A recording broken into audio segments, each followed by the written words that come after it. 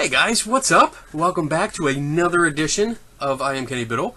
It's January 1st, 2015. Yes, I really don't have anything better to do than to just sit around and make videos. I haven't done one in a while, and I had some time where nobody was home, so I figured I'd jump on it. I've actually been busy with a podcast that I've been doing with my the guy that runs my complaint department, Lou Castile from California. We do a podcast called Geeks and Ghosts, and it's a lot looser, it's more funny. We play with toys, we talk to ghost people, paranormal things, topics, but also geeky topics. It's fun, so if you haven't checked it out, go on over, check it out on Facebook. You know, it's fun.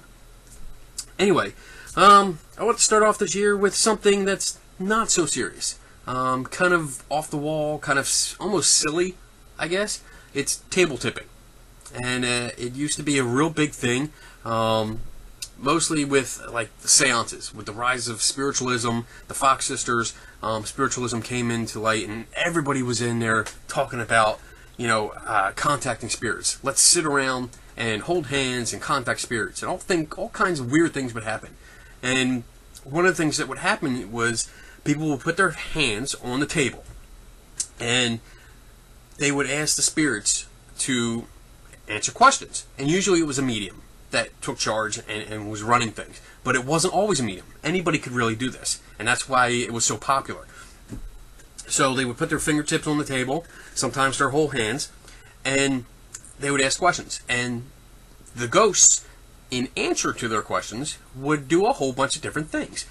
And the most popular was tipping the table. It would rock it back and forth, this way and that way, all over the place. Sometimes it would move it around the floor. Other times it would actually levitate, come off the ground for a few inches. It was pretty cool, if you're there and it's dark, because all seances were usually done in the dark, and a table moving around and doing all these kind of things, it would scare the shit out of you, right? It would me. So, this was more like years and years ago.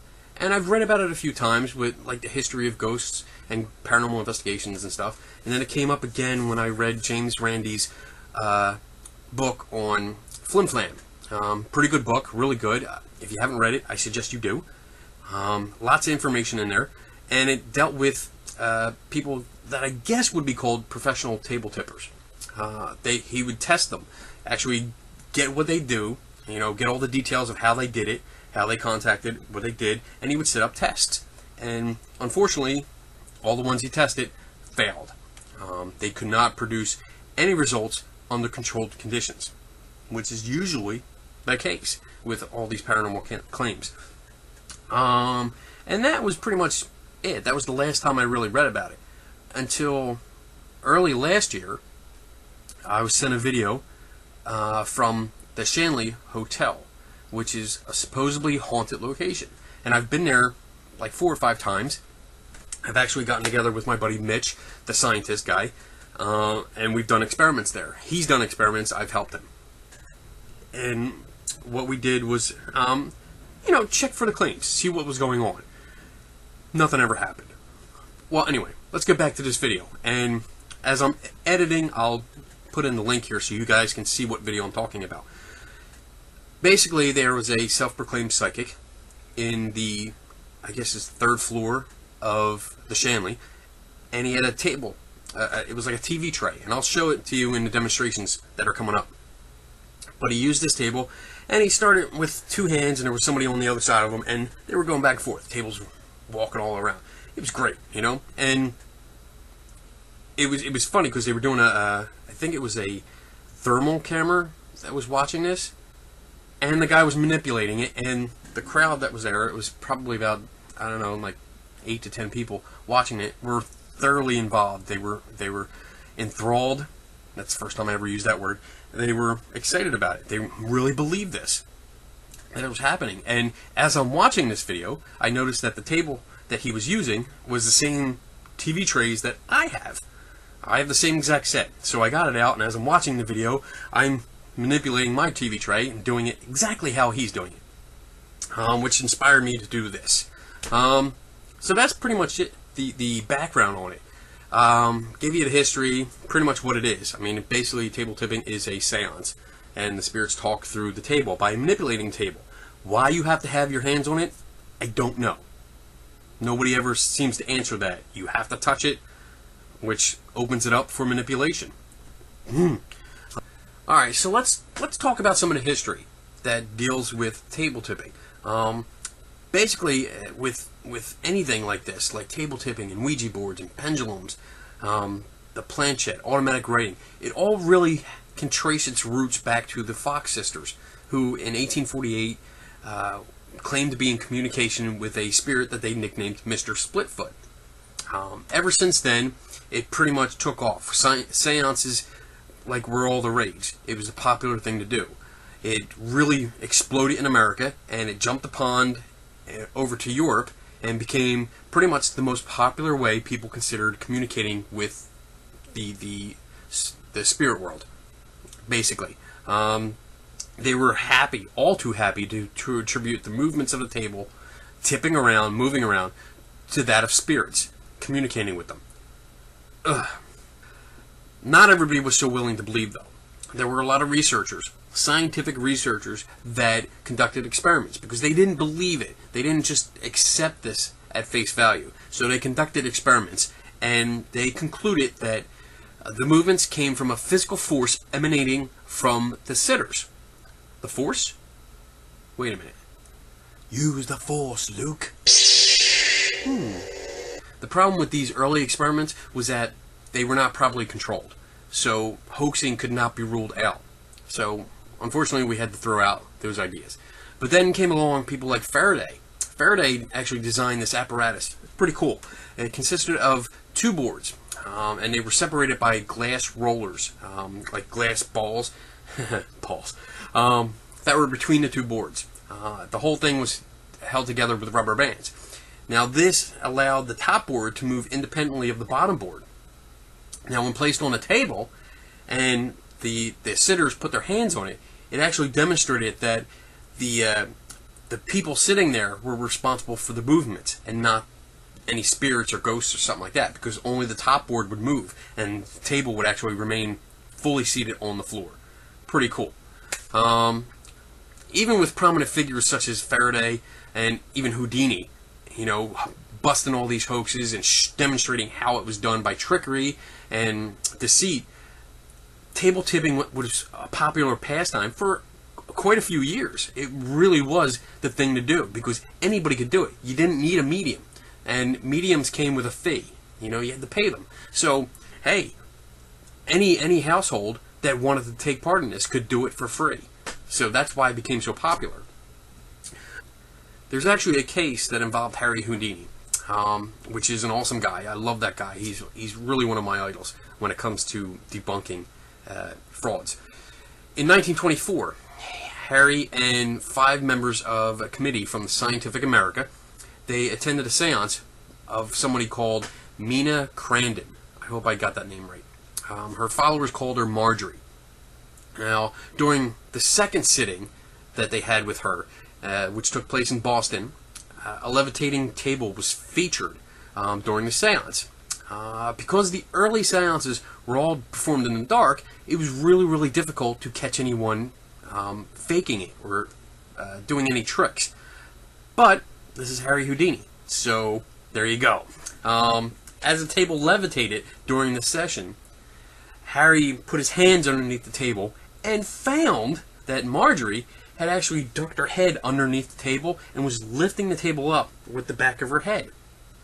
That's how she performed these levitations. And again, pitch black in there, so you can't see it. You can only feel it because everybody, remember, they had their hands on the table.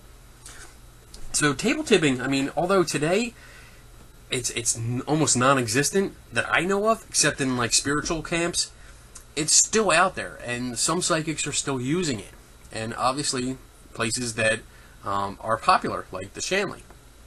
So, what I'm going to do for you right now is I'm going to do a editing time warp here and jump to a different location, my living room, and demonstrate with a few different tables on how to manipulate it, how to rock them back and forth, how to move them around, and even how to levitate them. Ooh. Okay, let's go. Alright guys, we're going to do some demonstrations now. After doing a bunch of research, which basically comprised of watching YouTube videos of table tipping, I determined that there was 3 main tables used. Okay, the main one at workshops, specifically for table tipping, I saw this. This is a card table, regular card table, you know, with the 4 legs that come out. I've seen these at big workshops when they have like a big hall and there's 4 to 5 people on the table and they go all over the place. The next one is what actually sparked this video. I saw a YouTube video that was done at the Shanley Hotel up in, what is it, Nanapoke? I know I screwed that one up. But it's up in New York, and it's supposedly a haunted hotel. I've never found anything there, although the owner is an awesome guy. I love him. Hi, Sal. But there was a so-called psychic, self-proclaimed psychic, that was doing a table tipping exercise, and he was swearing that it was the spirits doing it, and he was using this TV tray. It's a wooden TV tray, collapses down, goes onto a stand. There's a set of 4, but he was using this exact model, okay? And I'm going to demonstrate how that was used. And then the third table I found, which is odd. I mean, it's pretty cool. This is more of a ornamental kind of table, more of like an antique looking table. It's a very small top, circular. It's about 15 inches wide on top. It's got a center post going down to 3 legs. And this is used a lot for like instructional videos that I found. If you look up like how to do table tipping, there's a lot of videos that suggest by self-proclaimed psychics and table tippers, I guess that's what they're called, to use this kind of table. So I'm going to use all 3 and show you exactly how it's done without any use of spirits or demons or ghosts. Oh my, none of that. It's just simple leverage, science, and you know, imagination, pretending, acting. Alright, so let's get started. Alright, we're going to start with the small table first. And basically what I'm going to do is try to demonstrate that I can move this around the floor.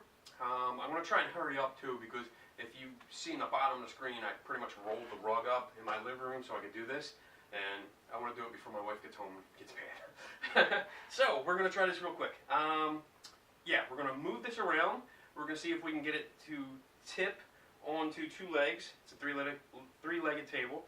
We're going to see if we can balance it with just using, I don't know, 2 hands, maybe 1 hand, and then just like a couple fingers, maybe 1 finger, see if we can make it rock back and forth. And these are things that are demonstrated in the videos that claim that the ghosts and spirits are moving it and not the person touching it. Alright, so we're going to try this out. Let's see. I've noticed that an important thing is, like with a table like this, your hands got to be warm, so your fingertips get a good grip. Like my hands are kind of cold right now, so I can slide my fingers across the top of it pretty easy. But I can also get them stationary like this and go back and forth. So now we got it rocking. Pretty simple. And that's one-handed now. Look at that. I got it to fall. And that's pretty much spot on with a lot of the videos that I've been watching. So let's try it again. Let's see if we can just move it around the room. Alright? Let's get the fingers warm up. Nice grip. There we go.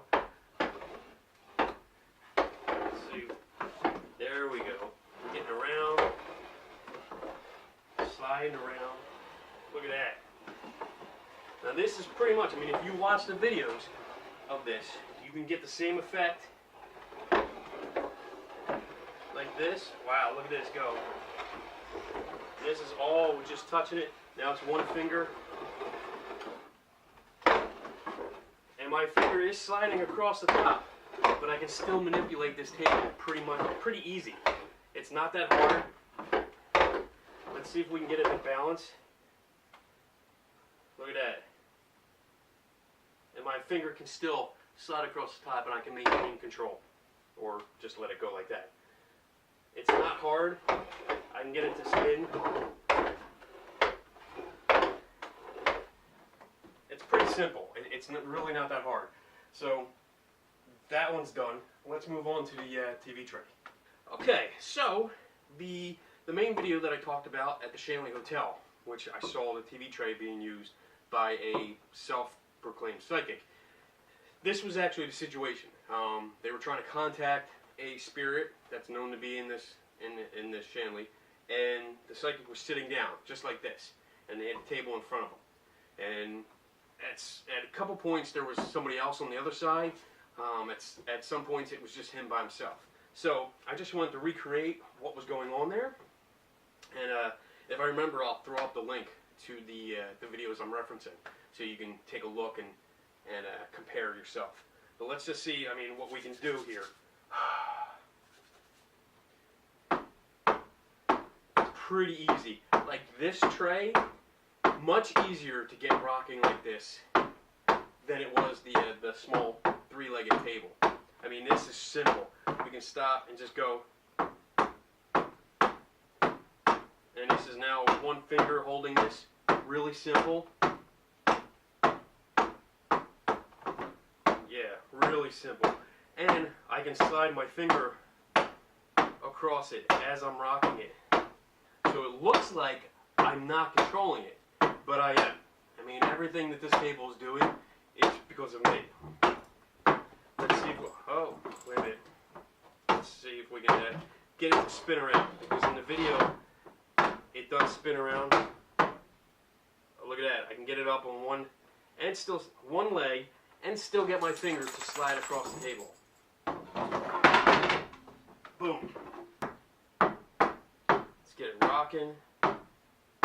Nice and slow, balancing. Still, I can move my finger. Let's get it to bounce. There you go. You find that sweet spot, and it's pretty easy to maintain control while still having it balanced. And I can slide my finger all over. We'll get it rocking again.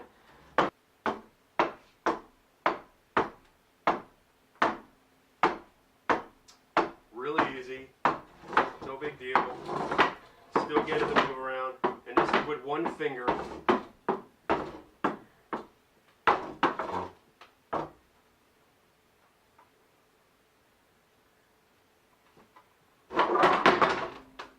Boom. Well, I mean, that pretty much demonstrates that it's really easy to manipulate this kind of table. Simple. It doesn't take much skill at all. I mean, you can do it pretty much, just put a tray out and just start doing it. Boom. And it's that easy. I don't see any problems with it. I don't see any need for psychics or spirits or ghosts or anything. It's just a table. Alright, so let's move on to the next one. Is that alright, Chewy? Yeah. Dog said it's okay. Okay, another aspect of table tipping that I wanted to demonstrate was the levitation aspect. You know, the floating up in the air kind of thing that sometimes goes on. But strangely, I haven't been able to see. Like, I've seen a lot of claims being made, written out as an anecdotes, stories. But I've never seen any video of this. I don't know if I'm just not looking in the right spots, or if there really isn't any video of this, or just pictures of tables levitating. Either way, supposedly it happens. And I want to show you how it can happen with just a table. Okay, now this is the regular TV tray, no big deal. Okay, when we put it down, we just sit it down here, and we can actually just let it go up and down. I mean, that's, look at that shit. It just, wow. And how does that happen? Well, is it a trick? I mean, is it spirits doing it? No, it's just me. Let me show you how I do it. Okay, basically what you need is a shoe or a boot like this that has a thick sole that sticks out a little bit. Alright, so basically it creates an edge. Or, if you don't mind a little pain, doesn't matter, you can put the tabletop on the top of your shoe. I'm okay because I got steel tip. But, basically what you do is you get this thing going, and as it rocks back and forth, you slip shoe, the edge of your shoe that sticks out, underneath the leg. And then once it catches, it's on there, and you can actually lift the table up. You can see it. It rises about 2 to 3 inches. Okay, and that's a pretty significant effect, especially if you're not expecting it. And now you can still manipulate it. You can go around like this, no big deal. And it slips off, boom. It creates a big boom. It scares the crap out of everybody. Boom. If you want, you can go for a bigger lift as it's getting, I don't know, rocking back and forth a little bit more, and get it underneath the shoe, the toe, and now you can lift it up like this. And as it falls off like that, it creates a bigger boom, and it still scares the shit out of everybody at the table. Alright, even with that simple technique, you might be saying, well, you know, it's on your shoe, it's obvious, you can see it. Well, that's right, if the lights are on. But most cases, when table tipping is done, it's during a seance. They're contacting the spirits, and it's pretty much like any ghost hunting event. What happens? You turn out the lights, so it's dark. You can't see much. You're focusing on the table and not necessarily on the person's shoe. Okay, and you don't even know if it's the medium that's doing it. And like I said, it doesn't have to be a medium that's doing the table tipping. Anybody can do this. So if it's dark, you can barely see anything, you won't notice someone's dark shoe. Like my boots are a very dark brown. So when the lights are off in here, you're not going to see it. Alright? So it'll be very easy to lift it up. And I don't have to do it for a long time either. I can do it for a few seconds. All it needs is that scare factor, that wow effect. You know, that a table like this, if it goes from here to here, and then drops down real hard, I only need like 2 or 3 seconds, and it scares the crap out of everybody. And it's not enough time for anybody to look underneath the table to see if I lifted it up with my shoe. I think that covers all of it. So there. Okay. All right. The last table that I'm going to demonstrate is the card table. Now, when you see like table tipping workshops, and you watch the videos of them, because I haven't actually been to one yet, it's usually taking place in some kind of hall, like a basement hall, like a church hall, something like that. And it's big, wide open spaces, and there's like 4 people to a table. And they're taking these kind of tables and not only tipping them around, but supposedly they're sliding around the floor. And according to the videos and the people that are making these, the ghosts, the spirits, are actually doing this, not the people. The people are just putting their hands down, and the table starts moving around, like this. And it's pretty weird. I mean, when you have something that's this big, that can slide around the table, it must be a spirit. I mean, it could not be me, could it? Could it be? Yeah, it probably could be me. So you can really manipulate this and get it easily going around. Now, the problem is it's stuttering a little bit, and that's because the hardwood floors underneath the carpet isn't as, I guess, worn or waxed as the floor over here. So it slides a little bit better, like that, and then it hits the sticky part. Not sticky, but not waxed part. But as you can see, I can manipulate it pretty good. My hands can still slide around if I wanted to, but I can still get it to go, and I can get it to turn around. Not a problem. Now, can I get it to tip? You know, go back and forth, rock back and forth. It depends on where I put my hands. There we go. I can get it to go up. And it really has to do with the placement of my hands and the weight that I put down on it. If I'm right here, I can't get it to tip. But if I bring my hands back towards the edge and I put a little pressure, like move my weight over top of the table and move back, I can get it to come up easily. With a little practice, I can get it to go sideways. That. It's not that hard. I can get it to balance. I can still move my hands around and keep it balanced here. So it looks like, you know, oh, it must be paranormal. Not that hard. Wow, look at that. I even had it tip and moving around. Look at that. Woo! Alright, I think we're done with the demonstrations. What do you guys think? Alright, one thing I do want to point out is that when I used the card table, I had a problem trying to get it to tip away from me, as in the two legs that were closest to me to lift up. And because of the wideness of the table, how wide it is, that's a problem. I can easily tip it towards me so that the furthest legs tip up. I can go side to side. I can have each side tip up this way or that way. But you have to remember that when these tables are used, most often it's not by just one person. Okay? For the smaller tables, yes.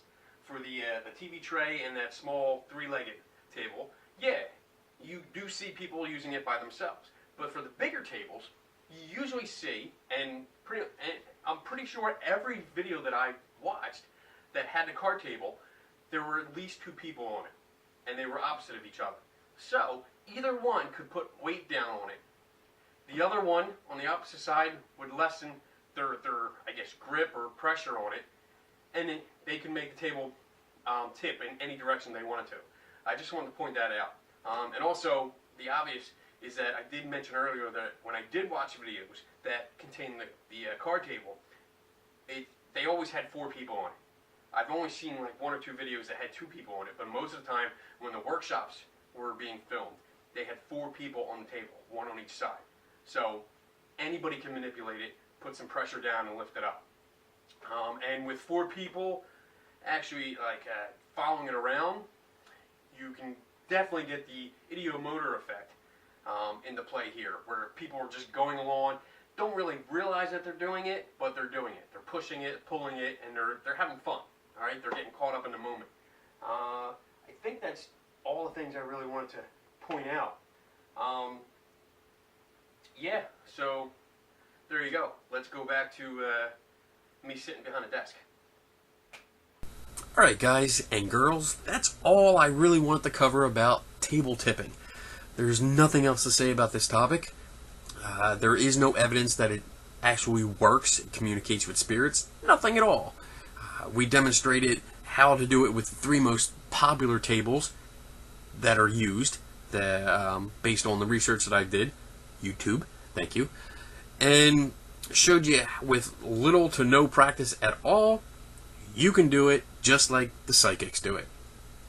So until I get some extraordinary evidence to prove otherwise, it doesn't work. It's a hoax. That's all it is. Anybody doing table tipping is hoaxing you. It's as simple as that. So, with that said, I am done with this topic. I'm not going to talk about it anymore. If there's any complaints, if you think I did something wrong, if you really hate what I had to say tonight, then you can direct all your comments to Lou Castillo in California. He is the head of my complaint department. He is Mexican, and he knows exactly 237 ways to kill you with a taco. So, you have been warned. Anyway, so, if you have any topics, please feel free to contact me on Facebook at I am Kenny Biddle, and, give me ideas. What do you want to talk about? What do you want to hear about? And if you also want to partake in the Geeks and Ghosts podcast that I do with Lou Castillo in California, then please find us on Facebook as well at Geeks and Ghosts. Like I said in the beginning of the video, we're loose, we're fun, we don't talk about religion or politics, we talk about geeky stuff like toys, movies, sci-fi, science, any kind of like NASA stuff, space stuff. We also talk about ghostly stuff. We have paranormal topics. We talk about the TV shows. We have guests on sometimes. So it's fun. Come on over, hang out. It's fun. And that about wraps it up. I am done. Yeah. Never stop learning. And I'll see you next time.